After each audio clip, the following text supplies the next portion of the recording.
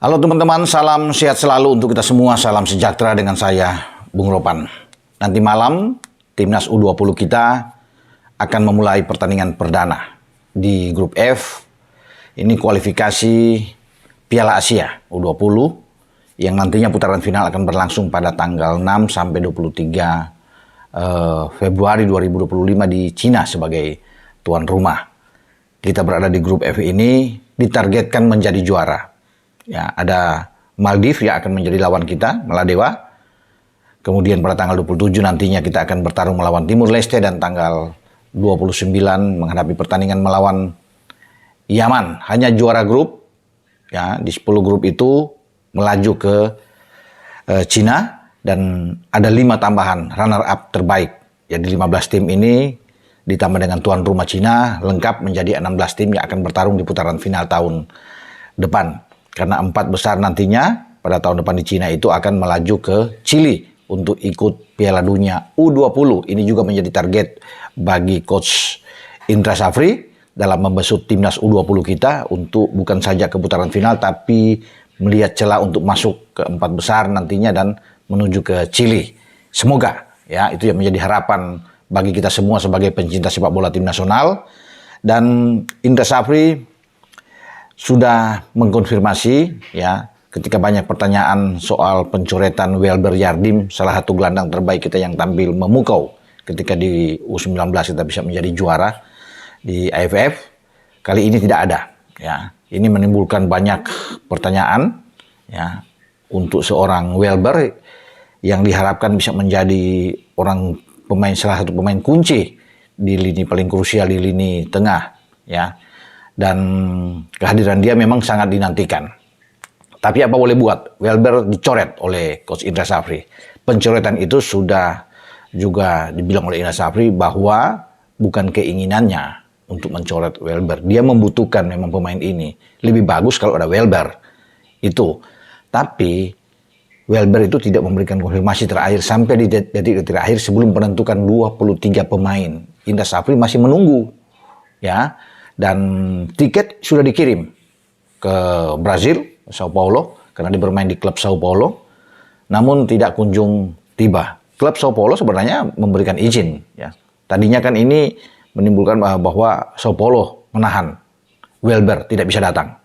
Tapi ya diluruskan oleh Indra Safri sudah diberi izin, bahkan tiket sudah dikirim. Welbernya yang tidak mengkonfirmasi balik untuk kedatangan, sehingga tidak perlu menunggu.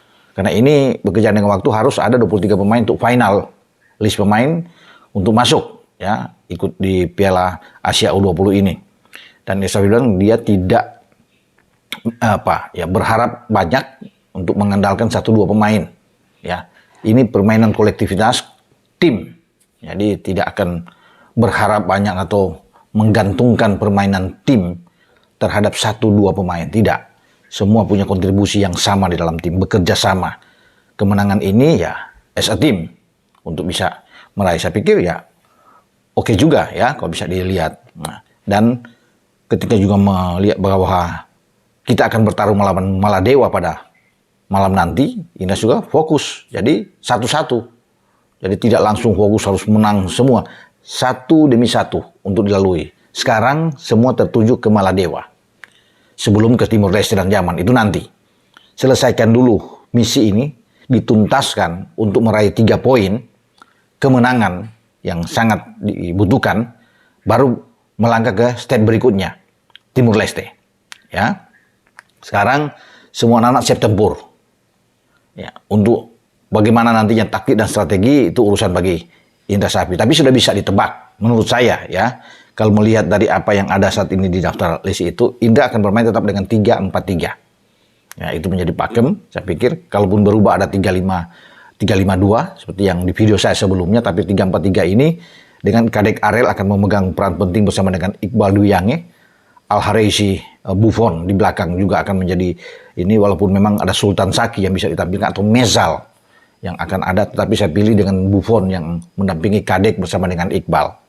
Nah 4 di tengah juga ini memang masih rame ya, tapi posisi kiri pasti kapten ke-11 Donitri yang akan bermain, kemudian akan didampingi Tony Firmansyah, dan satu pemain yang saya pikir yang layak untuk ditampilkan karena dia memperlihatkan performa yang oke ketika di Seoul Earth on Ice ya. Turnamen saat kita mengalahkan Argentina walaupun kalah lawan Thailand dan Korea Selatan, tapi Mori Ananda ini bagus ya, Simon ya, untuk bermain di tengah. Dan dia memberikan 1 gol lawan Argentina, 1 assist saat itu. Jadi dia bisa menjadi pilihan utama juga ya. Di Ananda Mori ini bisa bermain di tengah bersama dengan Tony Firmansyah atau dengan Vigo Dennis atau Dennis Vigo yang bisa ada di sana. Masih ada alternatif satu dengan Mufli Iskandar memang. Tapi saya memilih kalau untuk kreativitas di tengah, kalau mereka bertiga bermain, ini akan jauh lebih baik dalam mengalirkan bola ke Jens Raven di depan atau Arliansa Abdul Manan. Karena 3 yang ada di depan, ya bisa saja 2 striker langsung dimainkan. Ada Ragil juga ya. Tapi saya memilih karena bermain dengan 3-4-3 ini, itu Rizky Afrizal akan bermain di agak melebar, ya dengan juga Arliansa, ya, Abdul Manan. Dengan 1 tombak di sana adalah Jens Raven, pemain yang tampil gacor di AFF U19, mencetak 4 gol dan 3 assist.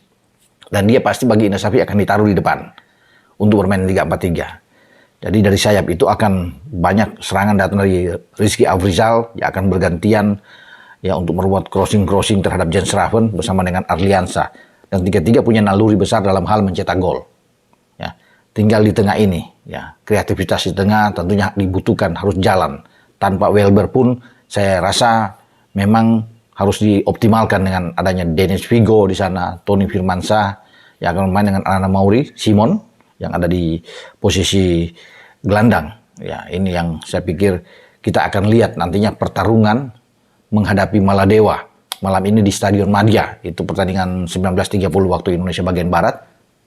Dan tentunya sebagai tuan rumah kita difavoritkan untuk bisa memenangkan laga. Karena pertandingan pertama yang selalu sulit ini harus kita lewati dengan optimal, dengan maksimal sehingga kita dapat poin positif untuk bisa membuka kesempatan kita bertarung di pertandingan kedua melawan Timur Leste dan terakhir dengan Yaman. Modal bagus memang kalau kita bisa menang melawan Maladewa. Dan saya yakin kita bisa mengatasi Maladewa dengan kualitas pemain-pemain yang ada saat ini di tubuh tim nasional U20.